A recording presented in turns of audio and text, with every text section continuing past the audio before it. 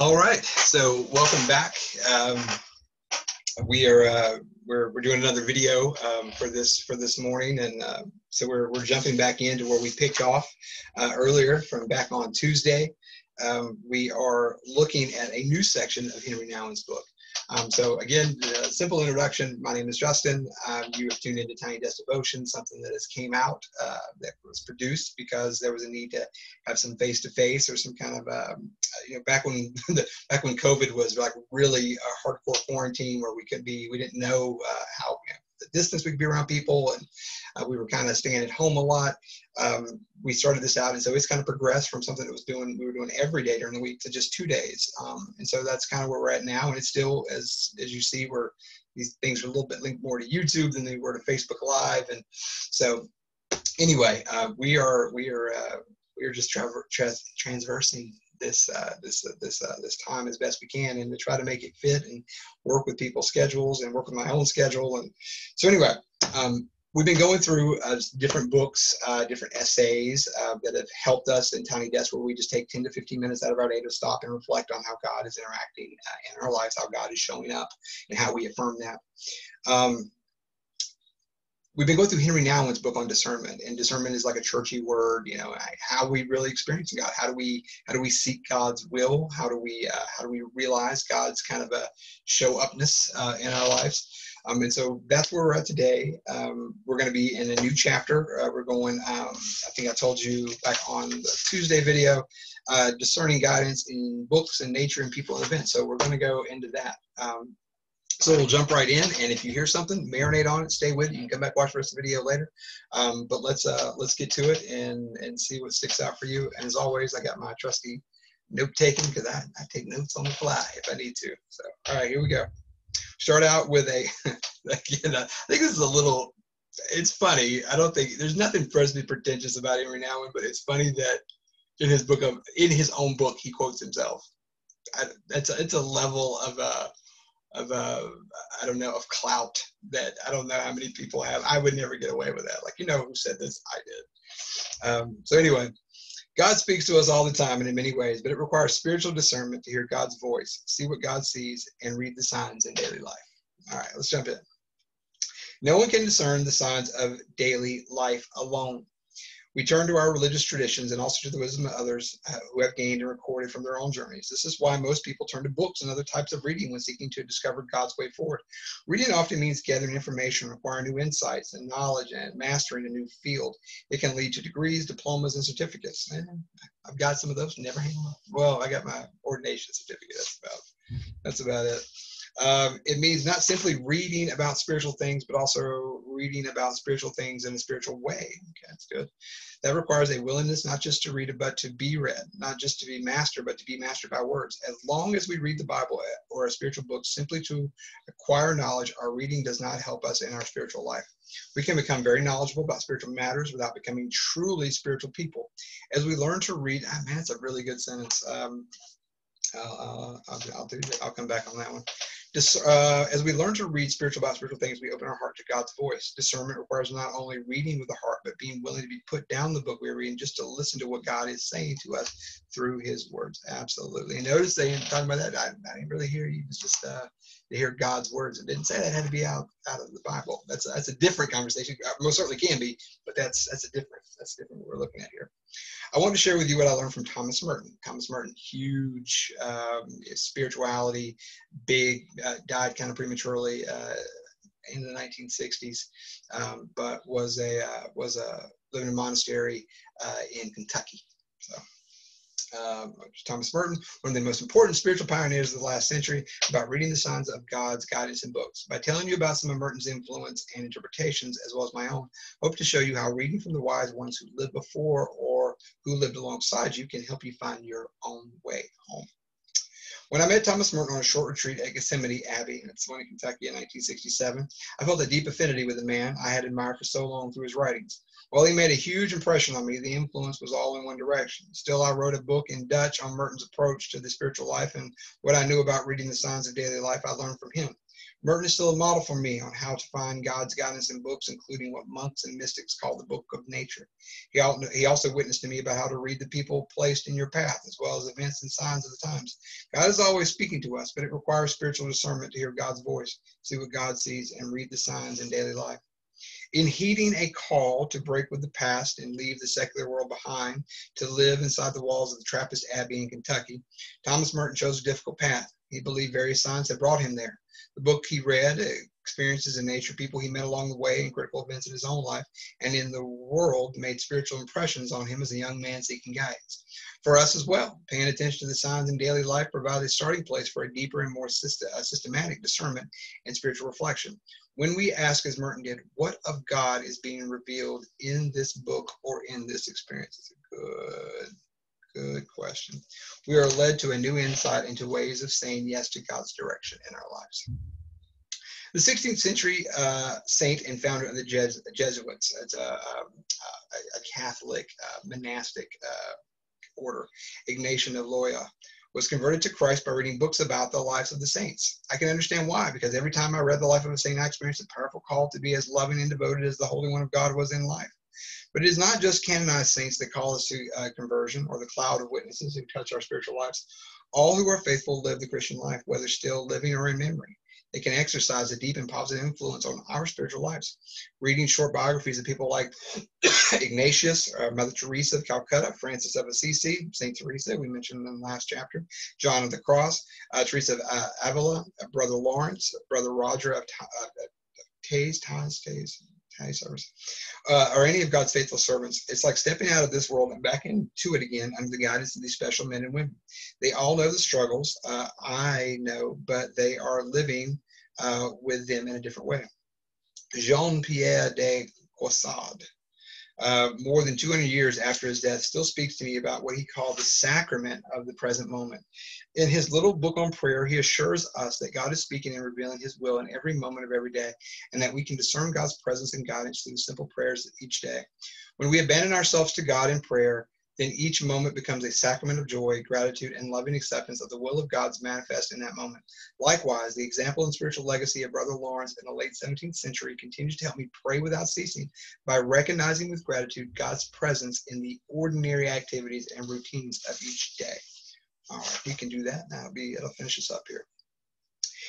Here's what Thomas Merton wrote on the first sentence of his autobiography, The Seven-Story Mountain. It's a big book. It's a good one, but I know some people it took them a couple times to get through it. On the last day of January 15th, or in January 1915, under the sign of the water bearer, in the year of a great war and down in the shadows of some French mountains on the borders of Spain, I came into the world. Just that sentence shows that we all must discern our core identity in the midst of times in which we live. For so many years, he felt like an orphan, constantly traveling around France and England and the United States and never feeling at home in the world. It is not surprising that he sought a safe place in a monastery where he could feel at home, a spiritual grounded place that might bring order to the endless series of opposing ideas, aesthetically enriching place where books as well as religious images and art will continue to speak to him of God. Everything he read, saw, and experienced imposed a larger question. What can I say yes to without reserve? That's a really good question. When Merton entered as a student in Columbia University in 1935, he was already very well read and familiar with the literary classics to which his godfather had introduced him to in his previous life in London. Ernest Hemingway, James Joyce, D.H. Lawrence, Evelyn Waugh, Graham Greene had become familiar voices to him. Besides Evelyn there, not surprising, but a lot of old white men from Europe, not a bad thing. Just white men, white patriarchy, white in general. But that's what you get at the time, because that's what you're being given. His early diaries are filled with critical commentary on books by William Blake, St. Augustine, St. Thomas, and Dante. He read widely to feed his intellect, but also to find companions on the journey. 2 volumes of philosophy especially brought to him a deeper level of knowledge than the London literary circles could offer. The Spirit of Medieval Philosophy by Anton Gilson, and Ends as a Means by Aldous Huxley, if I knew that name. One of the life-directing ideas he learned from Gilson was the scholastic concept of ascetus, that God is pure, that God is pure being, non-contingent and independent of any act of existing, which he describes in the Seven-Story Mountain as vigorous and compelling attribute of God. That's what Merton says. In this one word, which can be applied to God alone and which expresses his characteristic attributes, I discovered an entirely new concept of God, a concept which showed me at once that the belief of Catholics was by no means the vague and rather superstitious hangover from an unscientific age that I believed to be. On the contrary, here was a notion of God that was at the same time deep, precise, simple, and accurate, and, what is more, charged with implications which I could not even begin to appreciate, but which I could at least dimly estimate, even with my own lack of philosophical training. The concept of God is pure, necessary, and supreme being, foundation of all life and source of all existence, and not just the anthropomorphic godfatherly figure in the sky, delighted Merton and called him to deeper theological reflection on Christian mysticism. Grounded in a firm foundation of scholastic philosophical theology, Merton felt confident in exploring the frontiers of spirituality in the writings of a wide variety of spiritual seekers, from Meister Eckhart and Chuang Tzu to the Zen Buddhists and Hindus and Muslim Sufis. Another author Merton greatly appreciated was Huxley, whose ends and means brought him into contact with Eastern mysticism. Merton says Huxley had read widely and deeply and intelligently on all kinds of Christian and Oriental mystical literature, and had come out with the astonishing truth that all this, far from being a mixture of dreams and magic and charlatanism, was very real and very serious. Huxley, to his surprise, also transforms Merton's understanding of asceticism, which is the idea of self-denial. If we want to live differently from wild beasts, we must free the spirit by means of prayer and asceticism, Huxley concluded. The word asceticism had, up to that, meant a twisting of nature through denying what seemed to be human desires. But Huxley showed him that only through asceticism can the spirit know itself and find God. Merton shrank from this, but still began hesitantly to sense the spirit leading him in this way. All right, and that's where we're gonna stop today. So a few things within there. Let me see. Thomas Merton. We have a copy of Seven Story Mountain at the church. Strongly recommend you stop by and pick it up if you haven't. It's kind of a heavy read, but it's well worth it. Even if you find out in some places, if you do a lot of reading, there are some books you own not for their entirety, but for sections or chapters, and that's a huge thing for me. There are books that are just by one author, so it's not like it's a contribution from a bunch of different people, like a collection. But I'm like, man, I'm glad I have that, because by the end of the book, things begin to my interest wanes. But for chapters 3 through 7, like, man, it's some of the best I've ever read. So you hold on to that. For me, that's kind of what Seven Story Mountain has become. I had to go through it twice before I kind of got it. So I really like this idea of going back and allowing those voices of the past, or the voices that walk along beside us, but walk in a distance, that are close to us, to speak to our lives. And I love this question: what of God is being revealed in this book or in this experience? That's the question that we ask ourselves when we do it. I see, is another place I highlight here. We become very knowledgeable about a spiritual matter without becoming truly spiritual people. Yeah. So this is one thing that I constantly kind of battle. And I have to kind of be aware of it. And I've mentioned this in a few different videos before about where we encounter God and where we usually gravitate to. We have a centeredness to ourselves. And that's kind of going back to this core identity that Newman is pointing out in Merton, that he kind of traveled around a lot. So finding a monastery, this one place, was kind of maybe a grounding for him. Is very helpful. So for me, when I experience in God, the places that I'm accustomed to are not within churches, or not within steeple churches for the most part. It's in different places. It's also I really found that my conversation with God did not start within a church pew in prayer, but it grew while sitting in the classroom, and that was a really big place for me. And so while I can't discount church pew conversations in those moments that I've been within a very traditional looking holy setting, my default is to always begin here, always begin within a book. As you can see, this is a fraction of some of the things that I have. But anyway, that's where I go to. But I can get so caught up in that I miss the other parts, and I can miss the spirituality of it. So I kind of operate within my own wheelhouse.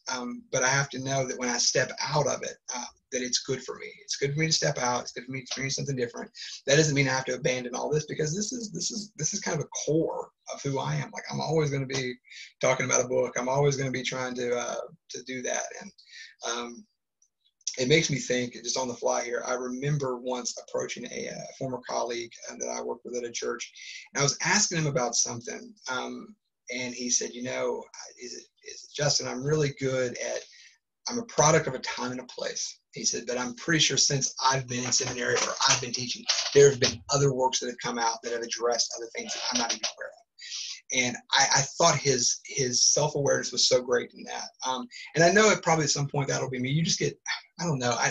Me in my place right now, I can't imagine a time of not reading the next thing. I'm just kind of taking it in and see if it has any worth to it or any value. But that's something I like to stay ahead of. And maybe that's my the tenacity for some type of structured education. I want to be engaged in some way. And I think being part of a cohort program down in Pittsburgh allows me to do that in an accountability way. And so maybe you have that in your own life. You have some kind of a group of accountability or something that pushes you to stay within your core identity. But at the same time, don't let that core identity, don't let it restrict you either. Let it experience something else. Talk to other people. I mean, Merton's making all this point of the people who's influenced him. He's like, I'm sure, and I hope I'm not misquoting Merton somewhere, but I'm pretty sure I heard him say this or read him say this. But like his understanding of Buddhism and Eastern religion and philosophy made him a better Catholic. So, and if you can't see it, they're up on. Oh, maybe up on the very far. So if I point. There's a picture that I was given by somebody in the church. Jesus riding a motorcycle, and looks like Buddha's riding one too. So they're riding beside each other. So anyway, I appreciate you all tuning in.